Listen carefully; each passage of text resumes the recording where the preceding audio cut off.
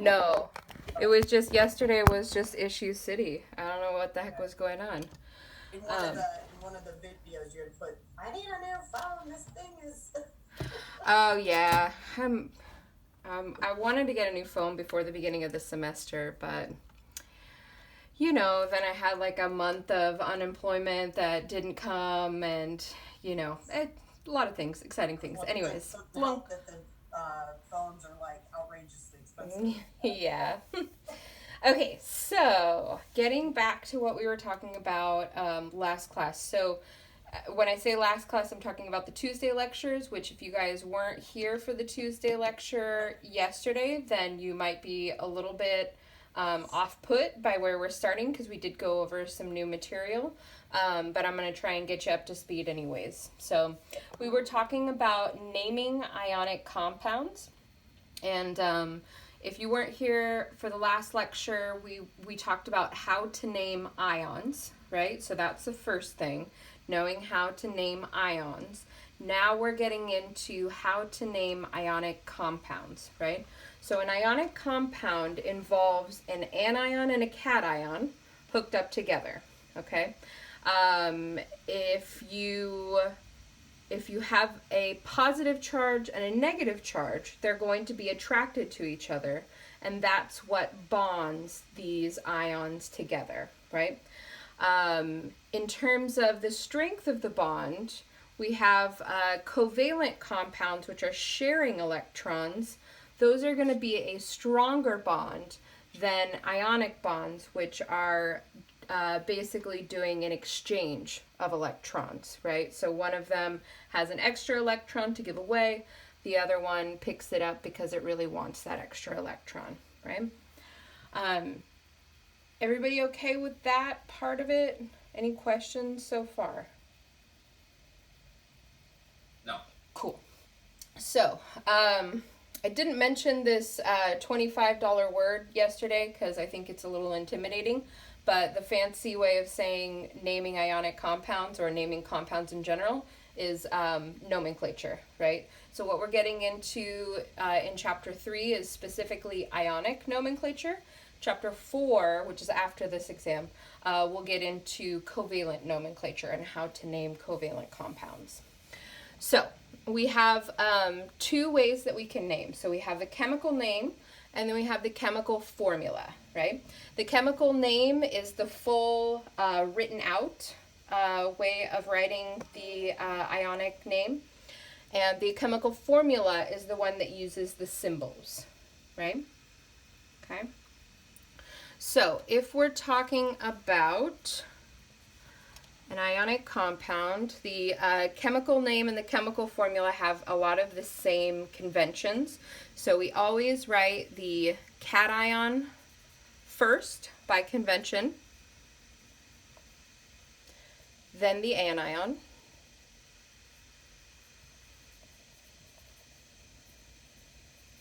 right? For the chemical formula, we would write the cation symbol.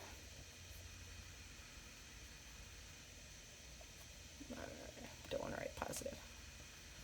Cation symbol comes first.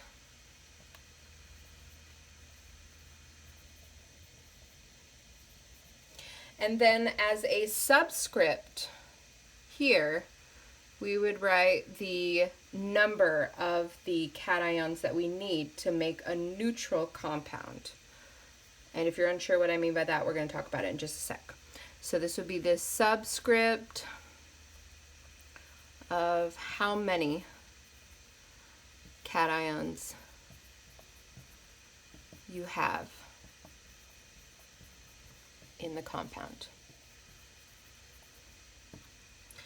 Then you'd have the anion symbol.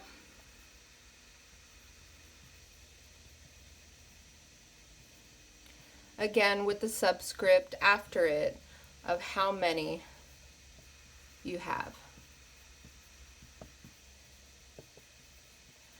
Now, if you only have one, then we don't write the subscript.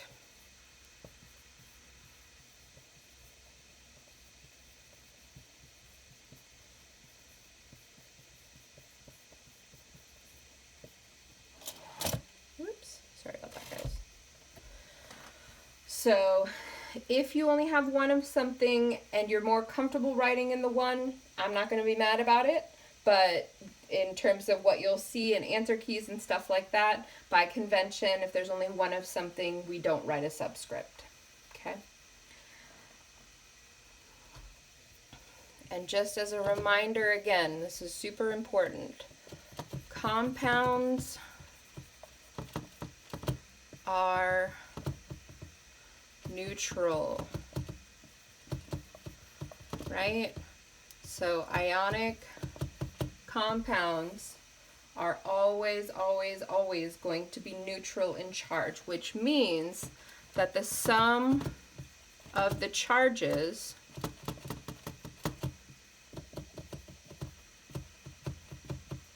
must equal 0.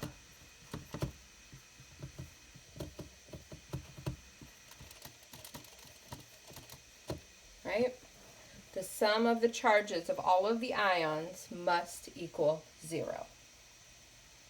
Okay? And that's true for the chemical name and the chemical formula, but it's more relevant in the chemical formula, I think.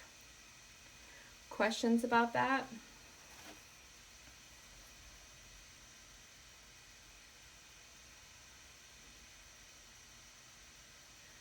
Is it okay if I erase, guys? Yeah? We're looking good? Okay. All right, so let's look at some examples.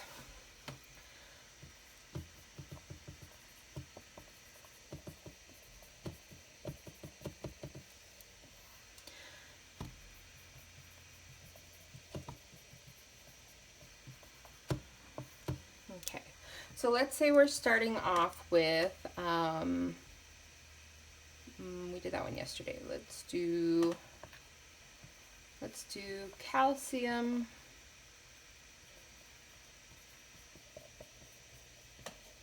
oxide, right? So for ionic nomenclature, we don't need to write in the word ion after calcium.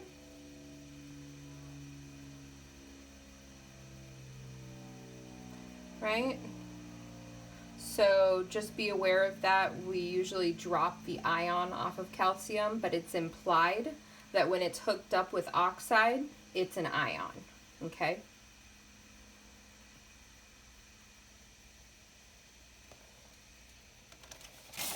So, first thing we want to do is figure out what our chemical symbols are going to be, right? And what their charges are. So calcium as an ion, what's the charge going to be?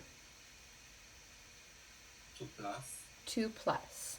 Everybody comfortable with that? It's in group 2. It has 2 valence electrons to start. So it's going to want to lose 2 valence electrons to get back to the noble gas electron configuration. So we start off with calcium 2 plus. Questions about how we got that? We okay? Okay. And then for oxide, what is the charge going to be on oxide?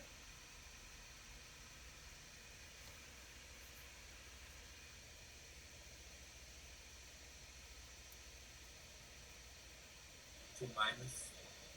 O2 minus. Does everybody see why? Perfect. So again, we're starting off here with oxygen, right? We have 6 valence electrons, but we want to get to that noble gas electron configuration, so we need to gain 1, 2 more electrons, right? 2 extra electrons gives us a -2 charge, right? So, thinking about our goal of making a neutral compound, right? How many of each one of these am I going to need to make a neutral ionic compound?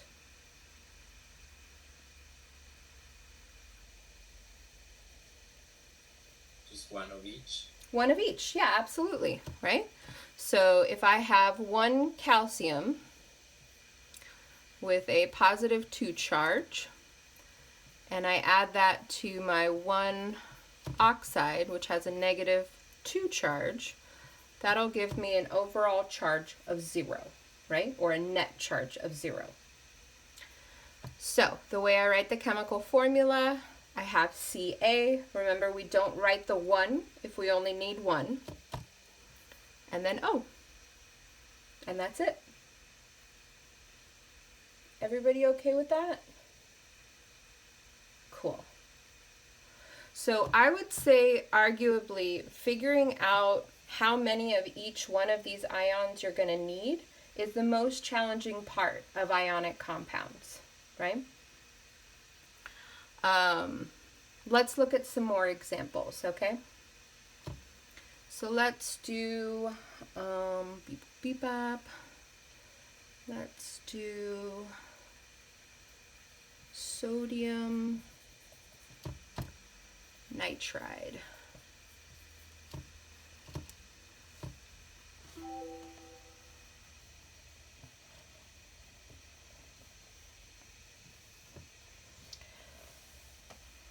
So first off, what are our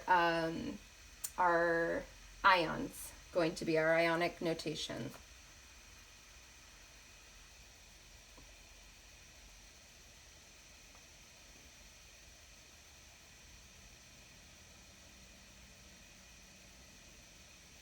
Na+. Na plus, right? Is everybody comfortable with that? So we have sodium is Na. It's in group 1, so it's going to lose 1 valence electron, which will give it a positive 1 charge. What about nitride? N3-.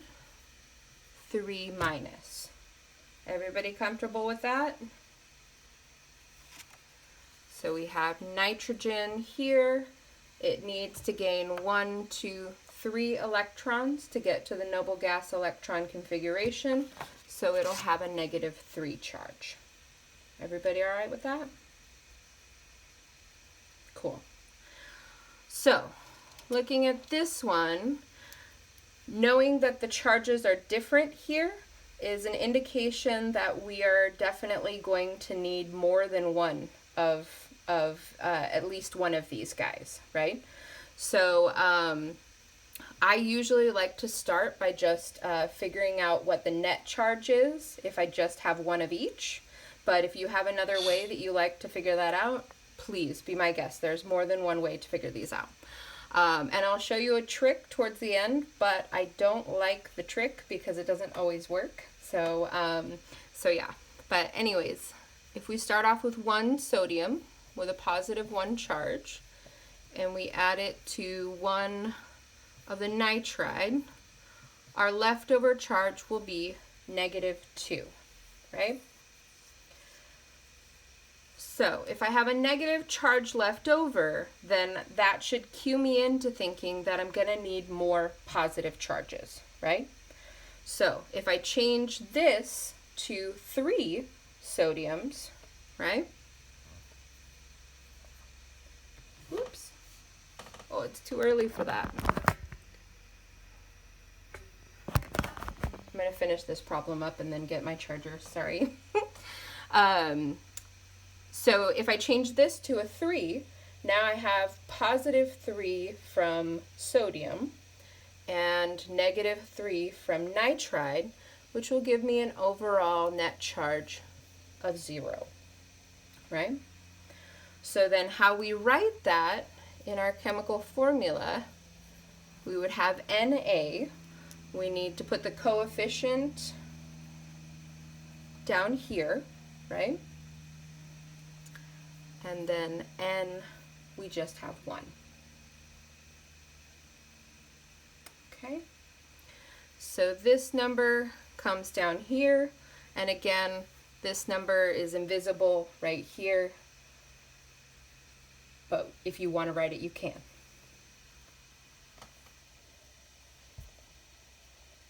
questions about that one? This takes a lot of practice, you guys.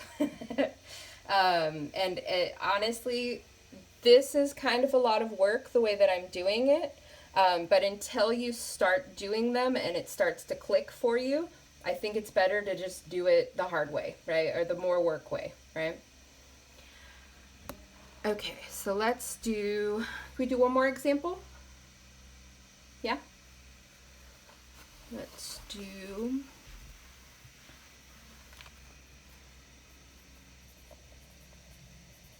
You explain it a lot better than my last teacher. oh, good. Much more sense that way than the other way I was taught.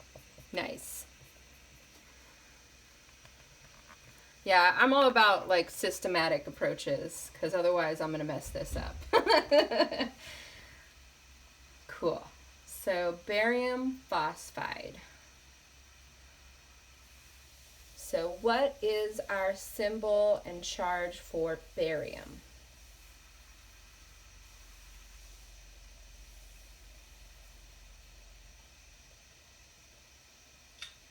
That is Ba 2 plus. Ba 2 plus. And P 3 minus.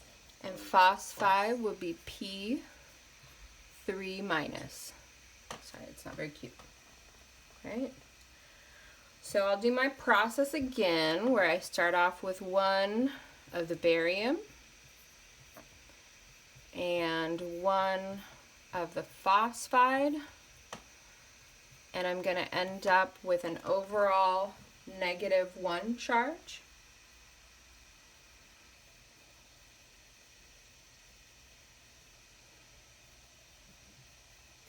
So I'm thinking I'm definitely going to need another one of these guys, right? But when I add another one of these guys, what's going to happen to my total charge?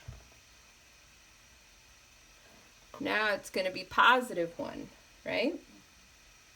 Okay, see that? So if I add another one of these guys to get rid of my positive charge, now what happens to my net charge?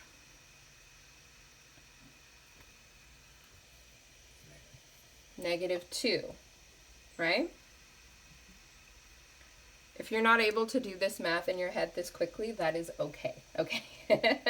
That's perfectly fine, all right? But yeah, so we have -6 + 4, -2.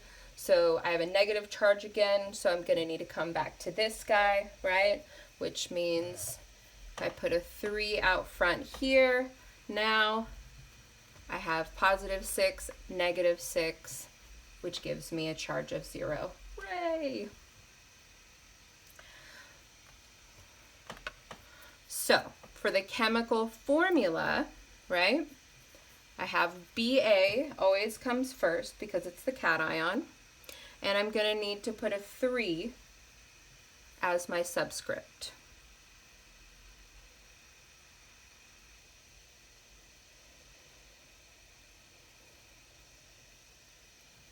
Then I'll put my P for phosphorus, and I need to put a 2 for my subscript because I need 2 of those. Okay? So now here's the trick. So if you know that barium has a 2 plus and phosphide has a -3, you can just cross multiply to figure out how many of each one you're going to need. So if you have a +2 from barium, you know you're going to need 2 of these guys. 3 here is going to end up there, right? Now, that doesn't always work, and I'm going to show you an example of when that doesn't work. So we did calcium oxide before, right? So here, if I do my exchange of coefficients, I end up with a 2 here and a 2 here, right? But you always want to have the least number of ions possible in order to make your neutral compound, right? So if these coefficients are the same, or if they have a common denominator, right, then they're not going to be the lowest common multiple. So that's when that doesn't work, okay? But even for the other example, we had sodium and nitride, right? Here, our trick works, right? We would have just like that, right? So that's the trick. Again, it's important to know the limitations of the trick, but it does take out some of this guessing work and make things a little bit easier for you, right? But I highly recommend getting used to this because it will never steer you wrong, right? This way will always get you where you need to go, okay? Questions about that? Okay, I'm gonna run and get my charger real quick so we don't die.